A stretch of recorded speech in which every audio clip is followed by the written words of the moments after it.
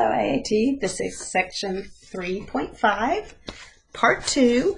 We are finding zeros using synthetic division and the rational root theorem. Okay, so over here to the side it says strategies for finding all roots of a polynomial. First we list the possible rational roots.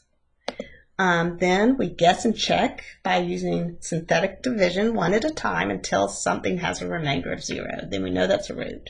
Then we're going to end up with a depressed equation to use either factoring or a quadratic formula to find the remaining roots. So we're going to do one more together here, and then I'm going to let you practice with the ones on this page. So here are possible rational roots are all the factors of 1 over all the factors of 3. So that's pretty easy. The only possibilities are plus or minus 1/3 and plus or minus 1, because the factors of 3 are 3 and 1. So I always like to start with 1. So I'd start synthetically divide by 1, and I got 3, 1, negative 1, and 1. Drop the 3. I get 3, 4, 4, 3, 3, not 0. This is not a root. So now I'll try another one. How about negative 1? 3, 1, negative 1, 1. Drop the 3.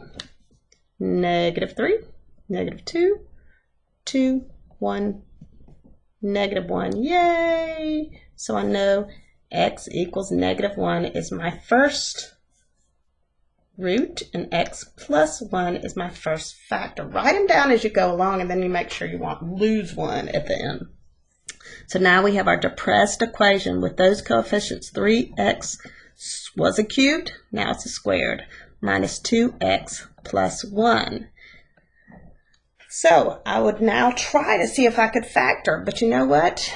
If I do numbers that'll multiply to be 3, 3 and 1, numbers that'll multiply to be 1, 1 and 1, and across I get 3 and 1.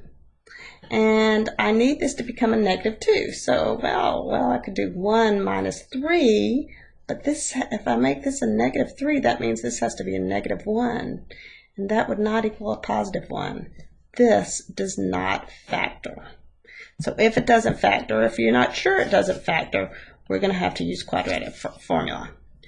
Opposite b, plus or minus square root of b squared minus 4 times a times c.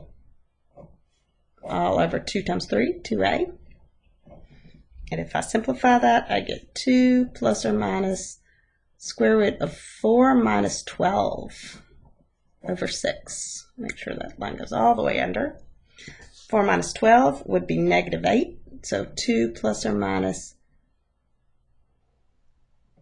I root 8 over 6.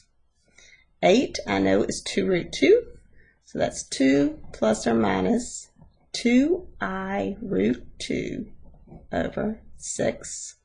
And then if you can take something out of all 3 parts, make sure it's on all 3 parts. I can make this a 3, this a 1, and this a 1. So I'd end up with my next 2 roots being 1 plus or minus I root 2 all over 3. Okay, so how do we put that in factor form?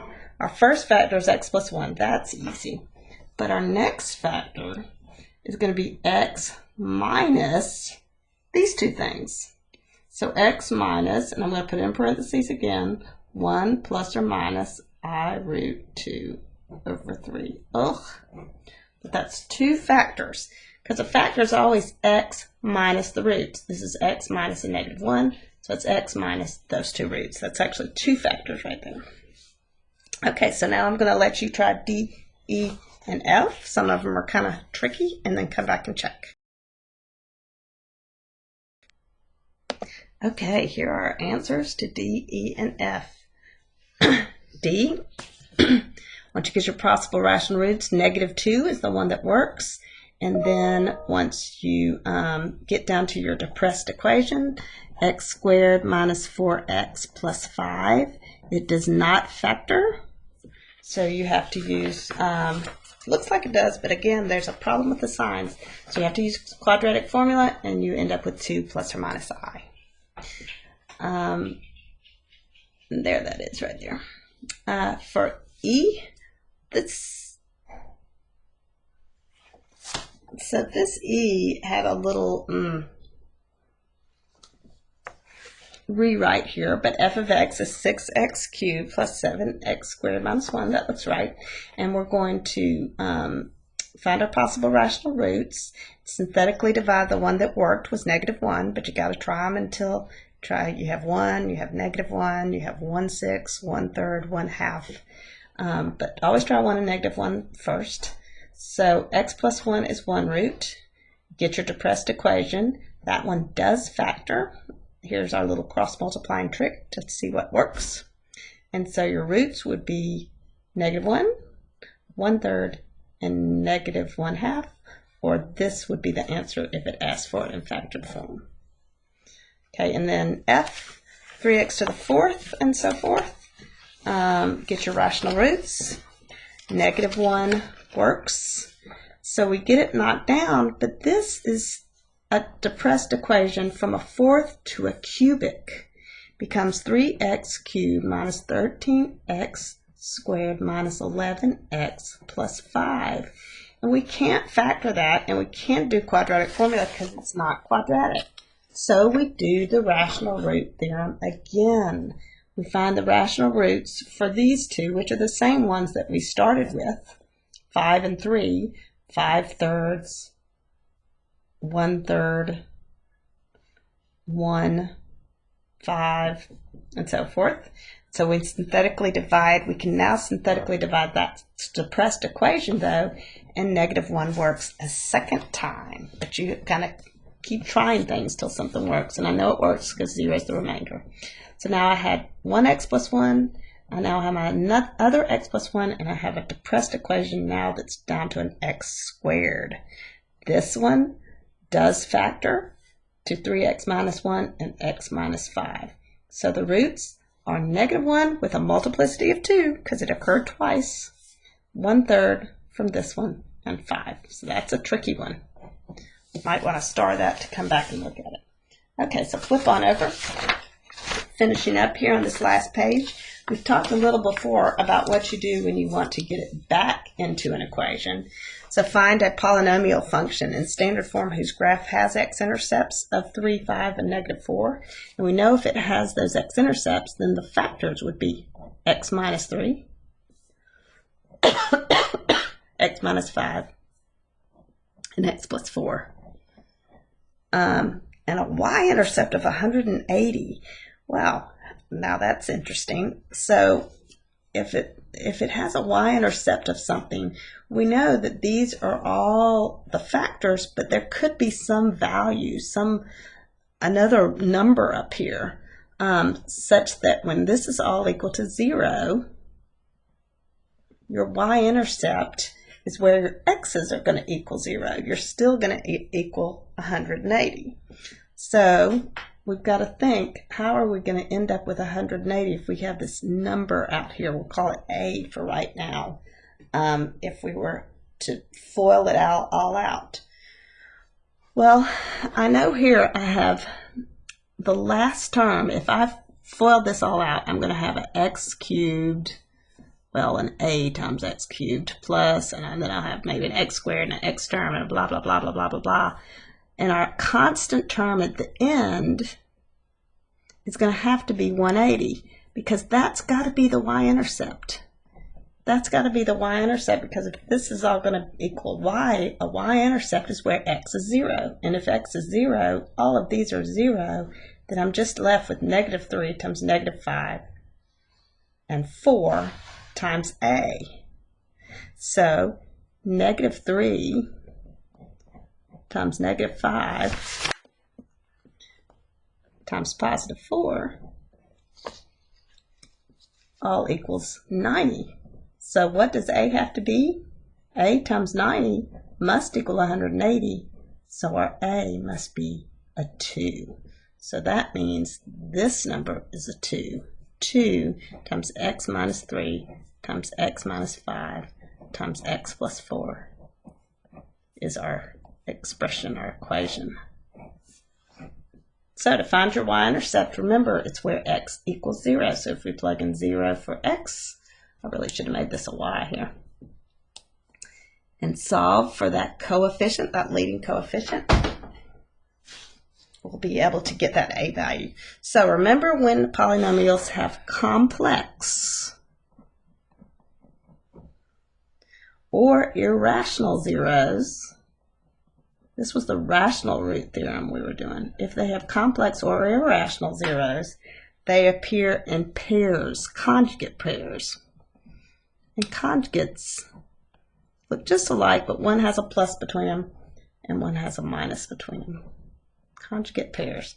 If the roots of a polynomial function are a and b, then we can write the polynomial with those roots as x squared minus the sum of a and b times x plus the product of a and b equal to 0. So this is an even quicker way to do what we did above, to find an expression given two roots. So write a polynomial function in standard form with real coefficients with the following real zeros. So we can do two things. We can use the factors. This is x plus 4 and x minus 5, the factors that go with those roots, and we can FOIL them out. X squared, outer is negative 5x, inner is 4x, last is negative 20, which is x squared minus x minus 20. Or we can use this little rule. We're going to do x squared minus the sum of a and b. The sum of negative 4 and 5 is 1. The product of negative 4 and 5 is negative 20.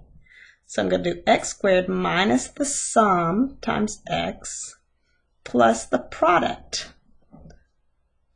Look, same thing. So I could have done that without ever FOILing it out. Okay, x squared minus x minus 20. Okay, so you can do it using what we call the sum and product rule, or you can FOIL it out. However, if you have imaginary numbers, it's much easier to use the sum and product rule. What's the sum of these? 3 plus 4i, and it's pair 3 minus 4i, because imaginary numbers always come in pairs. If this is a root, this has to be another root. So the sum of those two, the 4i plus negative 4i, would go away, and we get 6. The product of those is 3 plus 4i times 3 minus 4i. Well, these are binomials, so we'd have to FOIL them. First would be 9. Notice the inner and the outer are going to be 12i minus 12i. Inner and outer of conjugate pairs always subtract away. So all we have to do is FLA, the first and the last. 4i times negative 4i is negative 16i squared. I squared, remember, is equal to negative 1, because it's the square root of negative 1 is I. So this is 9 plus 16 is 25. So sum is 6, product is 25. So our sum and product rule says we're going to do x squared minus the sum times x, don't forget x, plus the product, and that's our expression. Would give us those roots. Very nice. Write a polynomial of least degree with integral coefficients that has the given zeros. Okay, so we're doing the same thing. We know 5 is a root, we know 3i is a root, so we know negative 3i is a root because they come in pairs. So I know one of my factors, x minus 5. I'm just going to leave that one there. I'm going to use the sum and product rule for this pair. The sum of those is 0. The product of those, 3i times negative 3i is negative 9i squared, which is 9, because I squared is negative 1. So x squared minus the sum, which would be 0x, plus the product would be 9. So x minus 5 times x squared plus 9. I'm going to FOIL it out. First is x cubed. Outer is 9x. Inner is negative 5x squared. And last is negative 45. Put that in decreasing order. x cubed minus 5x squared plus 9x minus 45. Oh, I'm getting tired. Sloppy. Okay, so that's how it works using the sum and product rule. You can choose which ones to do the sum and product and which one to just make a factor and FOIL it in. But I'd always use sum and product when you have imaginary. Okay, so give a couple of those a try and then come back.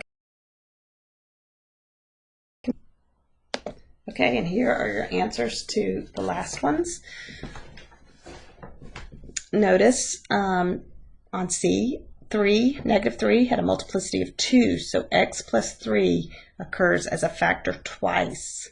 So if you do x plus 3 times x plus 3 times x minus 2, you can mass distribute, or you can FOIL it and then mass distribute it out, or use the sum and product rule. The sum of 3 and 3 is 6.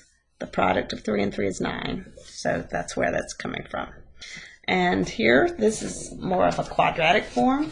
So you know if negative 1 plus root 5 is a root, then negative 1 minus root 5 is also a root. So this is what the factors would look like. Whoa, those would be so nasty to FOIL. So let's use the sum and product rule instead. The sum of those would be negative 2. The product would be negative 4. Negative 1 times negative 1 is 1. Root 5 times root 5 is 5. And it's negative because it's a negative times positive, so that's where that's coming from. So there's your x plus 5 factor. And then x squared plus minus the sum is plus a 2, minus a negative 2, and minus the 4 for plus the product.